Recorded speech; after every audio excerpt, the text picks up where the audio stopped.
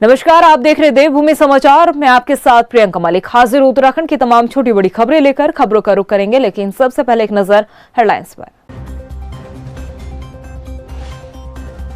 रक्षा मंत्री राजनाथ सिंह ने जोशीमठ मलारी हाईवे पर बने नए पुल समेत देश के 28 पुलों का किया उद्घाटन।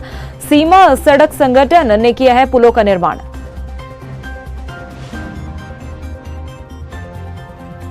राम मंदिर प्राण प्रतिष्ठा को लेकर उत्तराखंड में राममय माहौल। राजधानी दून में भी रामलला की प्राण प्रतिष्ठा का चढ़ा रंग। दीपोत्सव के रूप में मनाएगी भाजपा। पशुपालन विभाग में गोट वैली प्रोजेक्ट से प्रदेश भर के जिलों को मिला लाभ। मंत्री सौरभ बहुगुणा बोले, कौशल विकास विभाग में रोजगार देने पर फोकस। भ्रष्ट अधिकारियों को करेंगे बहाल। उत्तराखंड में पहाड़ से मैदान तक कड़ाके की ठंड का कहर। पर्वतीय इलाकों में बर्फबारी और मैदानी इलाकों में कोहरे का सितम। 22 जनवरी के बाद कोहरे से मिलेगी निजात। हेडलाइंस के बाद बुलेटिन में खबर विस्तार से। उत्तराखंड पहुंचे केंद्रीय रक्षा मंत्री राजनाथ सिंह ने चमोली में जोशीमठ मलारी हाईवे पर भारत चीन सीमा को जोड़ने वाले पुल का लोकार्पण किया। इसके साथ ही बीआरओ की ओर से देश की अलग अलग जगहों पर बनाए गए 28 पुल और 6 सड़कों का भी वर्चुअली लोकार्पण किया है। इस मौके पर रक्षा मंत्री राजनाथ सिंह ने बीआरओ के जवानों से मुलाकात की। वहीं इस दौरान सीएम पुष्कर सिंह धामी भी मौजूद रहे। कैबिनेट मंत्री सौरभ बहुगुणा ने अपने विभागों में हुए कामकाज की जानकारी दी है। मंत्री सौरभ बहुगुणा ने बताया कि पशुपालन विभाग में गोट वैली प्रोजेक्ट को सभी जनपदों में सफलता मिली। 13 जनपदों में इस योजना के तहत 792 लाभार्थियों को लाभ मिला है। मुर्गी पालन में भी 2 स्तर पर विभागीय योजना लॉन्च की गई, जिसमें 10 जनपद में 1941 लाभार्थी जुड़े। पहली बार देश में 4500 एम्बुलेंस पशुओं को लेकर भी शुरू की गई। 1.5 साल में 4 अधिकारियों को दुग्ध संघ में भ्रष्टाचार के आरोपों में बाहर किया गया। इसके साथ ही स्किल डेवलपमेंट विभाग में रोजगार देने पर भी फोकस किया जा रहा है। पशुपालन विभाग और हमारे डेयरी विभाग में लगभग 3 ऐसी योजनाएं शुरू करी, जिससे कि हमने रोजगार भी उत्पन्न किया है और पलायन पे भी हमने वार किया है। गोट वैली प्रोजेक्ट हमारा कुकुट वैली प्रोजेक्ट, हमारे दूध के अमाउंट में वृद्धि, हमारे सब्सिडी साइलेज और भूसे पे हमारी सब्सिडी इंक्रीमेंट। गंगा गाय योजना के तहत हमने 2, 3, 5 गाय के साथ जो SC, ST और जनरल कैटेगरी जो हमारी महिला हैं उनको 25% से बढ़ा के सब्सिडी 75% करना। हमारे जनरल लोगों के लिए 25% से सब्सिडी बढ़ा के 50% करना। इससे हमारे बहुत फ़ायदा हुआ देखने को। हमारा दूध का प्रोक्योरमेंट 25% बढ़ा। उत्तराखंड में हम 2,30,000 लीटर तक पहुंच चुके हैं जनवरी में, जब तक हम मार्च में अचीव करते थे इस लेवल को। उसी के साथ साथ हमने लगभग 1790 लोगों को गोट वैली प्रोजेक्ट में बेनिफिशरी बनाया है और 1200 लोगों के आसपास हमने पोल्ट्री वैली में लोगों को बेनिफिशरी बनाया है। प्रधानमंत्री नरेंद्र मोदी का उत्तराखंड से हमेशा एक गहरा लगाव रहा है और यही वजह है कि राज्य के विकास से जुड़े मुद्दों पर पीएम मोदी हमेशा सकारात्मक रुख अपनाते हैं और हर परियोजना पर सकारात्मक आश्वासन देते हैं। इस बार भी दिल्ली दौरे के दौरान मुख्यमंत्री पुष्कर सिंह धामी ने राज्य के विकास से जुड़े कई कार्यों के लिए पीएम मोदी से अनुरोध किया, जिस पर मुख्यमंत्री को केंद्र से एक पॉजिटिव रिस्पॉन्स मिला है। ये रिपोर्ट देखिए। दिल्ली दौरे के दौरान मुख्यमंत्री पुष्कर सिंह धामी ने प्रधानमंत्री नरेंद्र मोदी से राज्य के विकास से जुड़ी कई योजनाओं के लिए अनुरोध किया है, जिस पर सीएम धामी को केंद्र की तरफ से एक सकारात्मक आश्वासन मिला है। कौन कौन सी योजनाएं हैं जिनके लिए केंद्र से अनुरोध किया गया है, आइए आपको ग्राफिक्स के जरिए दिखाते हैं। मानसखंड मंदिर माला मिशन के लिए 1000 करोड़ रुपए पैकेज देने की मांग की गई है। आपको बता दें कि मानसखंड मंदिर माला मिशन के तहत अब तक 48 पौराणिक मंदिर बन चुके हैं। इनमें से 16 में अवस्थापना विकास के काम शुरू हो चुके हैं।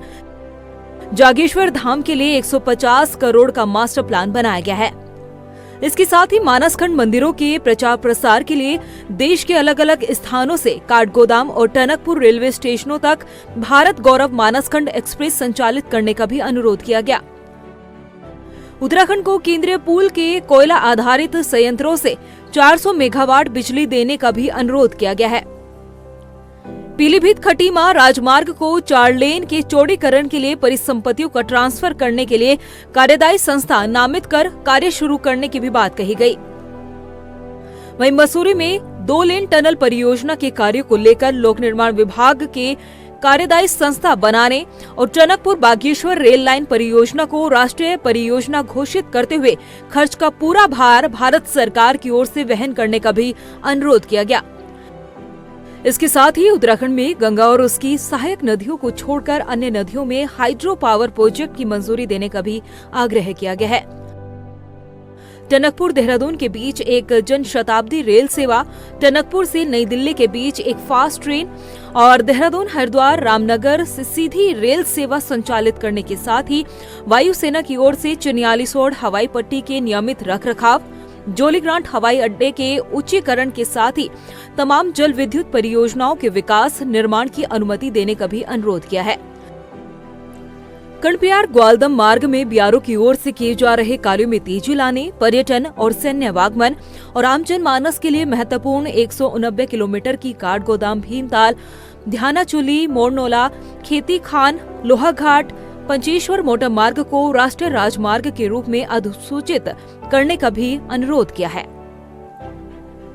22 जनवरी को अयोध्या में राम मंदिर प्राण प्रतिष्ठा कार्यक्रम को लेकर कई जगहों पर आयोजन किया जाना है, तो वहीं उत्तराखंड में भी 22 जनवरी को दीपावली मनाने का फैसला भाजपा संगठन द्वारा लिया गया। 22 जनवरी को राम मंदिर की प्राण प्रतिष्ठा का उत्सव उत्तराखंड बीजेपी कैसे मनाएगी, आइए इस रिपोर्ट में आपको दिखाते हैं।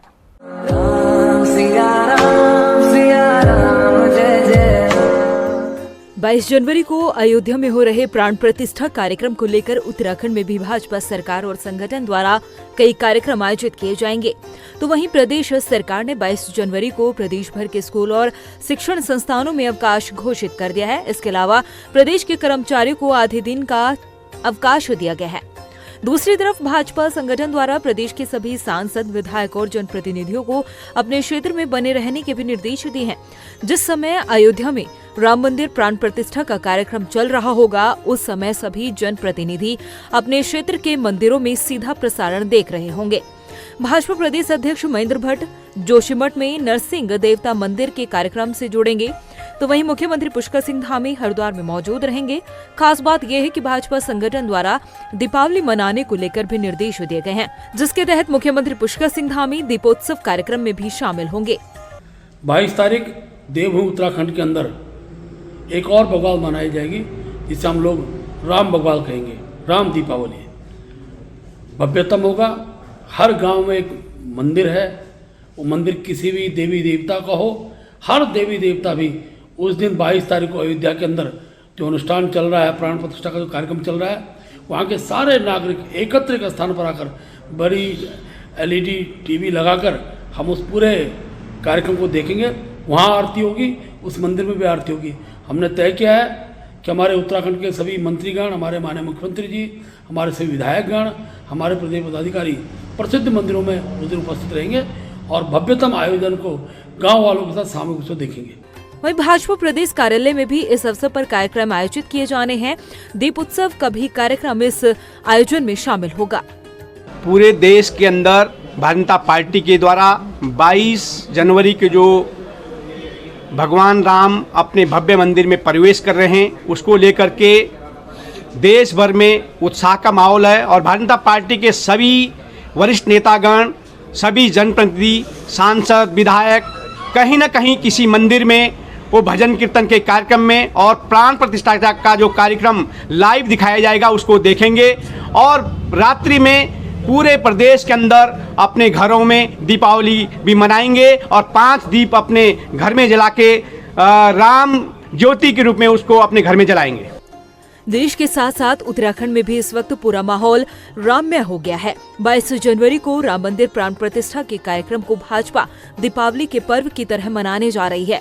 ऐसे में देखना ये होगा कि आखिरकार 22 जनवरी जो इतिहास के पन्नों में दर्ज होने जा रही है, इस तारीख को पूरे देश के साथ साथ उत्तराखंड में आम जनमानस इस राममय माहौल में अपनी सहभागिता किस तरह से निभाते हैं। वहीं 22 जनवरी को प्रदेश भर में आधे दिन की छुट्टी घोषित कर दी गई है। दफ्तरों में आधे दिन की छुट्टी घोषित की गई है। राम मंदिर प्राण प्रतिष्ठा को लेकर इस अवकाश का घोषणा की गई है। सोमवार को आधे दिन की छुट्टी का जो आदेश है वो जारी कर दिया गया। आपको बता दें कि मंदिर और घरों में राम मंदिर प्राण प्रतिष्ठा को लेकर राम भगवान के स्वागत की तैयारी की जानी है, उसका जश्न देखने को मिलेगा। अयोध्या के साथ उत्तराखंड में भी राममय माहौल बन चुका है, जिसे लेकर अब आधे दिन की छुट्टी उत्तराखंड में भी घोषित कर दी गई है। अयोध्या में राम मंदिर दर्शन की तैयारी कर रहे सभी राम भक्तों के लिए काठगोदाम के बाद अब हल्द्वानी डिपो ने भी अयोध्या के लिए बस सेवा शुरू करने का फैसला लिया है। उत्तराखंड परिवहन निगम का प्लान है कि अगले हफ्ते से हल्द्वानी से अयोध्या के लिए बस सेवा शुरू की जाए। हल्द्वानी डिपो के एआरएम सुरेंद्र बिष्ट ने बताया है कि काठगोदाम डिपो से अयोध्या के लिए जा रही बस से जो यात्री जा रहे हैं उनकी अच्छी प्रतिक्रियाएं मिल रही है। साथ ही हल्द्वानी से भी अब बस सेवा शुरू करने की मांग की गई, जिसको लेकर हल्द्वानी से भी अब जल्द ही अयोध्या के लिए बस शुरू करने का ये फैसला लिया गया है और जल्द ही इस बस सेवा को शुरू कर दिया जाएगा। अभी काठगोदाम डिपो ने अपनी सेवा संचालित करी है और रामनगर डिपो ने संचालित करी है, और अगर पब्लिक की भीड़ बढ़ती है तो शीघ्र ही हम हल्द्वानी डिपो से भी वाहन संचालित करेंगे अपने। सर, कितना उत्साह अभी तक देखा गया कि अभी पैसेंजर काफी आ रहा है, उत्साह है लोगों में, और डेली जो है 15-20 लोग जो है पूछने आते हैं, और अगर ये भीड़ बढ़ती है तो 1-2 दिन में हम अपनी सेवा भी शुरू करेंगे। वहीं लोकसभा चुनाव को लेकर कुमाऊं मंडल की 2 लोकसभा सीटों के क्लस्टर इंचार्ज बनाए गए। कैबिनेट मंत्री सौरभ बोगना का कहना है कि जो जिम्मेदारी उन्हें मिली है वो उन जिम्मेदारियों पर खरा उतरने की कोशिश करेंगे। क्लस्टर इंचार्ज बनाए जाने के लिए उन्होंने पार्टी नेताओं का आभार भी व्यक्त किया।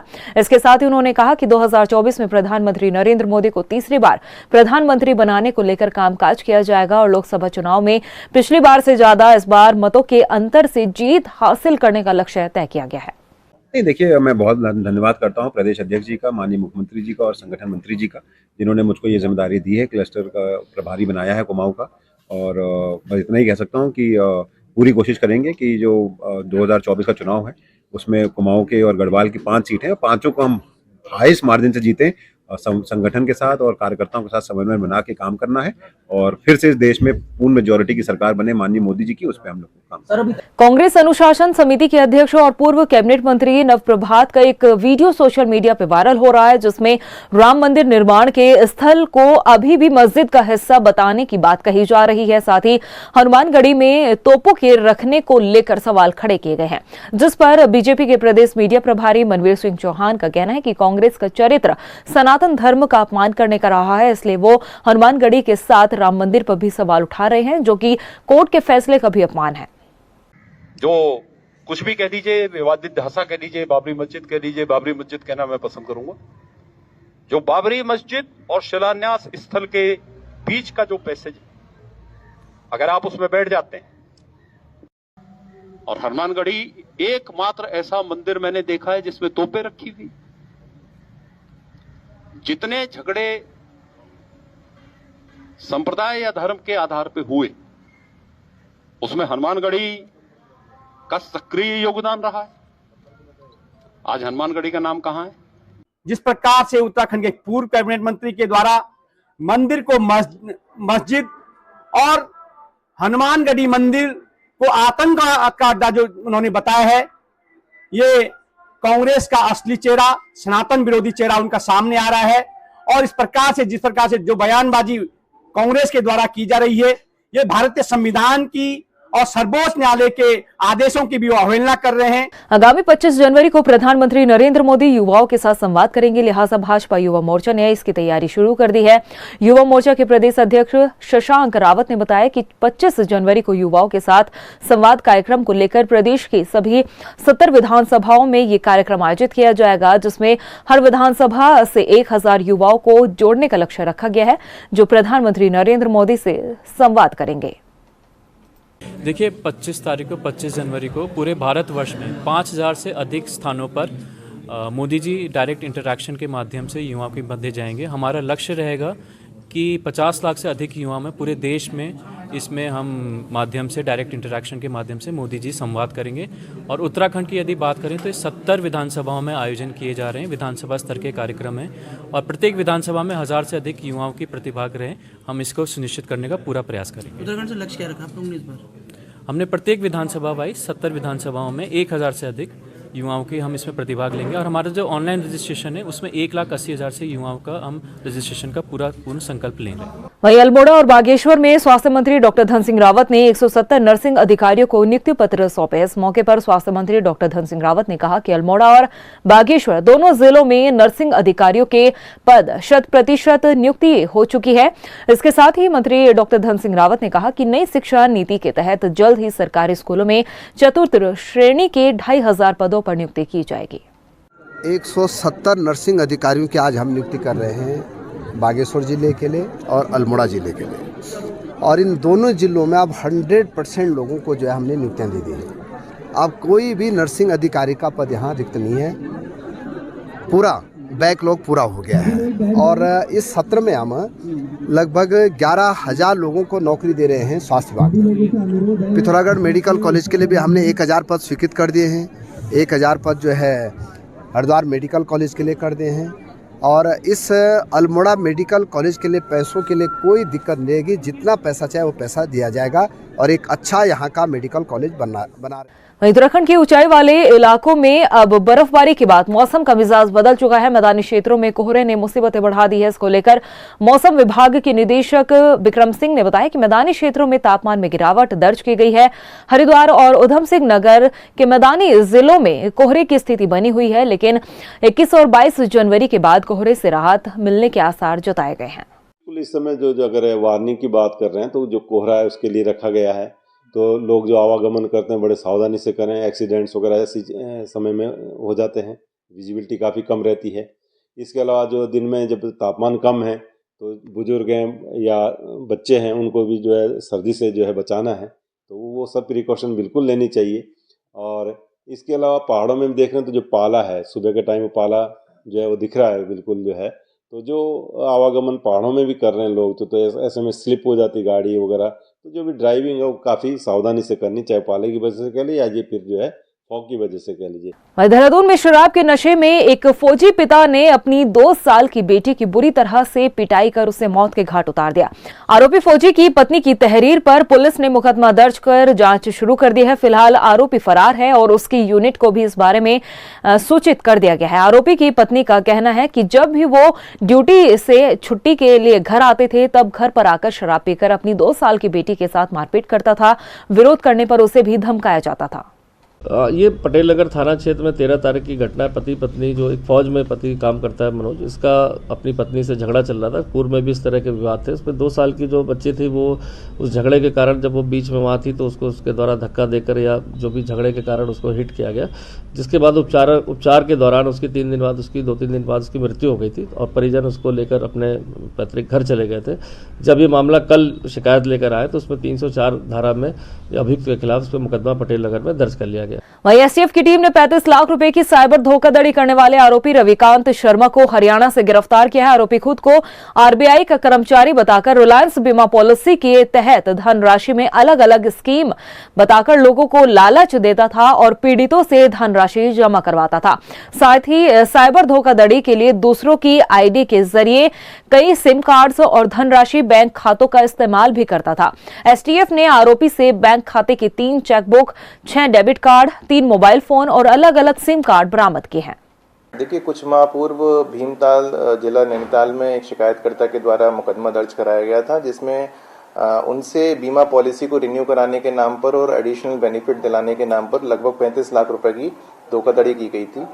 इसकी इन्वेस्टिगेशन हमारे साइबर थाना कुमाऊं के द्वारा की जा रही थी और उसी इन्वेस्टिगेशन के दौरान हमारी टीम के द्वारा जो मुख्य आरोपी है उसको फरीदाबाद से गिरफ्तार किया गया है। इसके साथ ही साइबर ठग आम जनता को ठगने के लिए नए नए तरीके अपनाते हैं और लोग इनका शिकार भी होते हैं। इसके साथ ही आपको बता दें कि अभी हाल ही में देहरादून में राम मंदिर को लेकर भी एक शख्स से ठगी की गई। राम मंदिर के नाम पर ही साइबर ठग ऐप बनाकर लिंक को शेयर कर रुपए कमाने का लालच दे रहे हैं। इतना ही नहीं, साइबर ठग राम मंदिर की फोटो शेयर करने के बाद मोबाइल रिचार्ज का लालच भी दे रहे हैं। हालांकि साइबर पुलिस लगातार आम जनता को जागरूक करने का काम कर रही है। देखिए, जो साइबर ठग हैं ये नई नई मोडस ऑपरेंडी अपनाते रहते हैं लोगों को ठगने के लिए। तो जो भी इशू चल रहा होता है उसकी आड़ में जो इस तरह के साइबर ठग हैं वो लोगों को बरगलाकर और उनको कोई ऑफर देकर, कोई लिंक भेजकर उनको ठगने की कोशिश करते हैं। इस तरह का कोई अभी मामला सामने नहीं आया है, लेकिन संभावना रहती है। तो सभी लोगों से अपील है कि कोई भी अगर अनजान लिंक आपके पास आता है किसी मैसेज के माध्यम से, व्हाट्सएप के माध्यम से, तो उस पर क्लिक ना करें। वहीं उत्तराखंड में अक्सर भूकंप के छोटे बड़े झटके आते रहते हैं, जिसे देखते हुए प्रदेश के जिलों को अलग अलग जोन में बांटा गया है। चंपावत जिले को सबसे डेंजर जोन 5 में रखा गया है, जो कि सबसे संवेदनशील श्रेणी में है। मौसम और भूकंप वैज्ञानिक डॉक्टर AK सिंह ने बताया कि भूकंप की दृष्टि से चंपावत जिला बेहद संवेदनशील है। उन्होंने जिले के लोगों को सलाह दी है कि अपने घरों को भूकंप रोधी तकनीक से बनाना चाहिए, ताकि भविष्य में आने वाले भूकंप के तेज झटकों से जान माल का नुकसान कम हो। इसमें समय समय पे जो है पब्लिक को बताया जाता है कि आप मकान ऐसे बनाएं, भूकंप रोधी बनाएं। उसके भी भूकंप रोधी मकान कैसे बनाए जाएं, इसका भी डिटेल पूरा जो है मौसम विभाग आपदा विभाग के माध्यम से जो है लोगों तक पहुंचाता है, पब्लिक में जागरूकता फैलाता है, ताकि जो है बिना पब्लिक के सहयोग से हमारा डिपार्टमेंट भी कुछ नहीं कर सकता। हमारा डिपार्टमेंट तभी कर पाएगा जब हमें पब्लिक का सहयोग मिलेगा। वहीं रुड़की के ग्राम माधोपुर में मामूली कहासुनी पर भाजपा के झबरेड़ा मंडल मंत्री शहजाद इदरीस पर जानलेवा हमला किया गया है और बीच बचाव में परिवार के अन्य लोगों के साथ भी मारपीट की गई, जिसमें कई लोग घायल बताए जा रहे हैं। वहीं ये पूरा मामला पुरानी रंजिश से जुड़ा हुआ बताया जा रहा है। इस मामले में बीजेपी नेता ने पुलिस में तहरीर देकर कार्रवाई की मांग की है। देखिए, मेरे पास कुछ लोग आए थे जो कि माधोपुर से आए हैं और 4 लोग थे जो कि चोटिल थे और मेरे द्वारा उनका इलाज किया गया। मेडिकल भी हुआ है उनका, जिसमें कि कुछ लोगों को सर पे भी चोट आई है, हाथ पे भी चोट आई है, सूजन है। उसके लिए मेरे द्वारा एक्सरे एडवाइस किए गए। पूरा मामला ये है, ये लोग हमारे साथ जिस सकते हैं। पिछले 2 साल पहले भी इन्होंने हमारे घर पर हमला करा था। उसके बाद गाँव के कुछ लोगों ने बैठ कर फैसला करा दिया था। इस बार फिर इन्होंने मौका देख कर मेरे घर पर हमला करा, घर में आग लगा दी, मेरे लड़के के सिर पर पलकटी मार दी और मेरी घरवाली के सर पर लट मार दिया। और लोग अगर महल्ले पड़ोस के ना होते तो जान से मार देते। प्रदेश की खबरों में इतना ही, फिर हाजिर होंगे कुछ खास खबरों के साथ। तब तक के लिए मुझे दे इजाजत। नमस्कार। रक्षा मंत्री राजनाथ सिंह ने जोशीमठ मलारी हाईवे पर बने नए पुल समेत देश के 28 पुलों का किया उद्घाटन। सीमा सड़क संगठन ने किया है पुलों का निर्माण।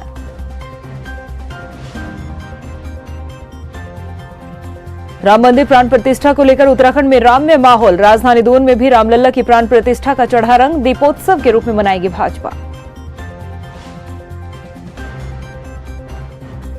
पशुपालन विभाग में गोट वैली प्रोजेक्ट से प्रदेश भर के जिलों को मिला लाभ। मंत्री सौरभ बहुगुणा बोले, कौशल विकास विभाग में रोजगार देने पर फोकस, भ्रष्ट अधिकारियों को करेंगे बहाल।